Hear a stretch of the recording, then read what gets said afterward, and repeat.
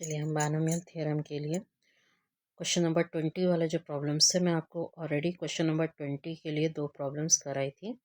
तो और थोड़े प्रॉब्लम्स है उससे रिलेटेड जो यहाँ पर अपन कवर करेंगे ये वीडियो में। तो पहला क्वेश्चन आपका है, आप क्वेश्चन देख सकते हैं, मुझे प्रूफ करना है C0 C1x/2 C2x² 3, कुछ इस तरीके से प्रॉब्लम है।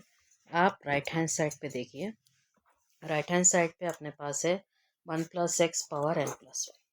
ये जो 1 + x पावर n+1 जो मुझे राइट हैंड साइड पे लेकर आना है, मैं यहाँ पर स्टार्टिंग उससे ही करूँगी।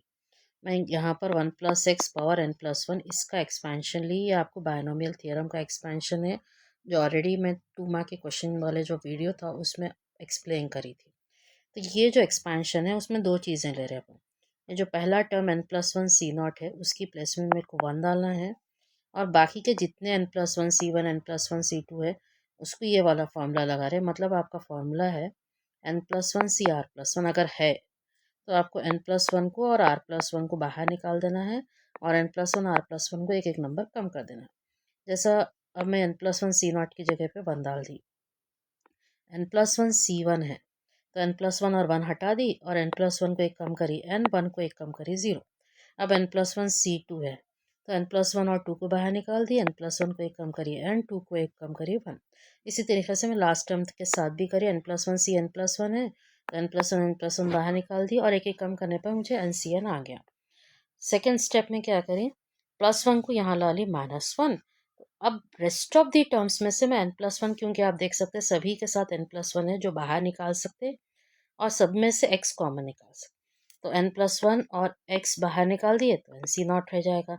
n+1 और एक x निकालेंगे, यहाँ पर 2x है, एक x निकालेंगे तो एक x अंदर रह जाएगा। वैसे ही आप लास्ट टर्म तक भी मैं n+1 और x बाहर निकाल लूँ। अब n+1 x जो बाहर निकाली थी उसको ये तरफ ला के डिनोमिनेटर में कर लूँगी, और आपको रेस्ट ऑफ दी टर्म्स को NC0 NC1 को सिर्फ शॉर्ट फॉर्म में C0 C1 लिख दे रही हूँ, ताकि ये इस फॉर्मेट में आ जाए। That's complete my problem. Complete problem में क्या क्या करें अपन, +x होल पावर n का एक्सपेंशन लिए, उसमें 2 चीज़ें लगा रहे, n+1 C0 को 1, और बाकी के टर्म्स को इस तरीके का फॉर्मूला लगाए, 1 को लेफ्ट हैंड साइड पे लगाया, और रेस्ट ऑफ द टर्म में से n+1 और x बाहर निकाल दिए और उसको नीचे डिनोमिनेटर में भेज दिया। नेक्स्ट क्वेश्चन में जो आपको प्रूफ करना है उसके लिए 2 चीज़ें कर रहे हैं। यहाँ पर 2 एक्सपेंशन ले रहे, एक ले रहे 1 + x होल पावर n का, और दूसरा ले रहे x + 1 होल पावर n का। ये दोनों एक्सपेंशन को आपको मल्टीप्लाई करना है। तो यहाँ पर basis are same, power should be added, n+1 2n हो गया, और राइट हैंड साइड पे एक्चुअली मल्टीप्लाई करना चाहिए, लेकिन ये मल्टीप्लाई करने पर तो कुछ कॉम्प्लिकेटेड हो जाता, तो नहीं भी करने से चलता है, आपको आंसर मार्क्स मिल जाएंगे। आप बस इतना लिख दीजिए कि मैं बाय मल्टीप्लाइंग एंड कंपेयरिंग, यानी मैं मल्टीप्लाई भी कर रही हूँ और कंपेयर भी कर रही हूँ। कंपेयर कर रही हूँ x पावर n+r का कोएफिशिएंट दोनों तरफ। बस आप इतना एक स्टेटमेंट लिख दीजिए, और आपका जो क्वेश्चन में आंसर है बस उसको यहाँ पर कॉपी कर लीजिए, तो आपको पूरे मिल जाएंगे मार्क्स। लेकिन इसके अलावा यहाँ पर 2 और क्वेश्चन है, first bit and second bit.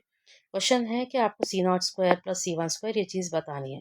बस कुछ नहीं करना है, जो कंडीशन अभी ऊपर प्रूफ करे उसमें r की जगह पे 0 डालने पर आपको आंसर मिल जाएगा। और सेकेंड बिट और एक है अपने पास ये, जिसमें आपको r की जगह पे 1 डालने पर ये आंसर मिल जाएगा। चलिए, और एक क्वेश्चन है यहाँ पर, थर्ड क्वेश्चन, 7 + 4√3 पावर n का वैल्यू आपको i + f है, और स्मॉल f, i + f में जो स्मॉल f है वो 0 और 1 के बीच में लाई हो रहा। तो आपको 2 चीज़ें बतानी है, एक बतानी है कि i is a positive integer, और i + f into i - f का वैल्यू 1 बताना। तो 7 + 4√3 पावर n को i + f दिए। आप यहाँ पर कंसिडर करें कैपिटल F, यानी 7 - 4√3। ये एक्चुअली 4√3 है क्या, 4√3 को अलग से सॉल्व कर लेंगे अपन। 4 को अंदर लेके जाएंगे, 16 × 3, और 16 3 48 हो जाएगा। तो √48 एक्चुअली √36 और √49 के बीच में लाई होता। तो ये जो 4√3 है, आपका जो 4√3 है, ये 4√3 किसके बीच में लाई होता, ठीक है। तो ये 4√3 √36 और √49 के बीच में लाई हुआ, तो √36 को 6 और √49 को आप 7 लिख लिए, ठीक है। अब यहाँ पर √4√3 के साथ आपको माइनस साइन है, तो √48 के साथ आप माइनस साइन लिखिए। यहाँ पर अपन माइनस साइन लिखते हुए प्रॉब्लम कर लेंगे। आप मल्टीप्लाई कर रहे हैं minus sign on both side, तो ये -6 हो जाएगा, लेस देन बन जाएगा ग्रेटर देन। जब आप माइनस साइन मल्टीप्लाई करते हैं तो साइन चेंज हो जाती है। -4√48 यानी मैं इसको दोबारा से 4√3 ले लूँगी और लेस देन बन जाएगा ग्रेटर देन और -7। तो 4√3 के साथ -7 आ गया, लेकिन आप देख सकते हो उसके साथ और 7 भी है, तो 7 लगा देंगे तो पूरी तरफ, तो 7 - 6 ग्रेटर देन और इक्वल्स टू 7 - 4√3 ग्रेटर देन और इक्वल्स टू 7 - 7, जो हो जाएगा 1 ग्रेटर देन और इक्वल्स टू 7 - 4√3 ग्रेटर देन और इक्वल्स टू 0। तो उसको रीअरेंज कर लेंगे, 0 पहले लिख लेंगे, तो ग्रेटर देन बन जाएगा लेस देन 7 - 4√3 लेस देन और इक्वल्स टू 1। अब पावर n लगाएंगे पूरा तरफ, 0 पावर n लेस देन और equals to 7 - 4√3 power n is less than और equals to 1 power n। 1 power n तो खैर 1 ही होगा, 0 पावर n 0 ही होगा, और 7 - 4√3 पावर n जिसको आप कैपिटल एफ लिए थे, कंसिडर करे थे स्टार्टिंग में, यहाँ पर ये कैपिटल एफ का वैल्यू आ गया जो 0 और 1 के बीच में है, लेकिन क्वेश्चन में स्मॉल एफ का वैल्यू भी 0 और 1 के बीच में है। तो अगर मैं दोनों को ऐड करी, 0 + 0 1 + 1, और कैपिटल एफ और स्मॉल एफ को ऐड करी, अब देखो कैपिटल एफ स्मॉल एफ का वैल्यू 0 और 2 के बीच में है, मतलब इसका वैल्यू 1 है।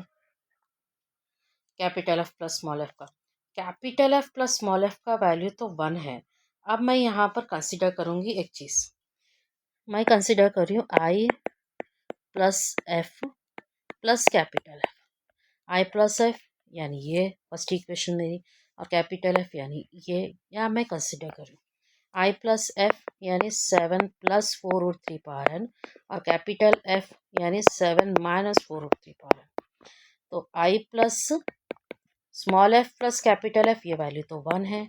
अब मैं इसको एक्सपेंशन करूँगी, देखो इसके एक्सपेंशन में और इसके एक्सपेंशन में फ़र्क क्या मालूम, इसके एक्सपेंशन में सभी टर्म प्लस में आएंगे, तो इसका एक्सपेंशन अपन कॉम्प्लिकेटेड नहीं बनाएंगे, बस लिख देंगे कि सभी टर्म प्लस में आएंगे, +1, और इसके एक्सपेंशन में ऑल्टरनेट आएगा, फर्स्ट टर्म और टर्म्स इक्वल रहेंगे, क्योंकि अब यहाँ पर वैल्यूज इक्वल है, बस प्लस माइनस का फ़र्क है, तो +T3 - T4 इस तरीके से, तो T2 T2 T4 T4 सभी कैंसिल हो जाएंगे, तो I + 1 is equal to T1 + T1 2T1 T2 + T2 2, sorry T3 + T3 2T3, क्योंकि T2 तो कैंसिल हो गया।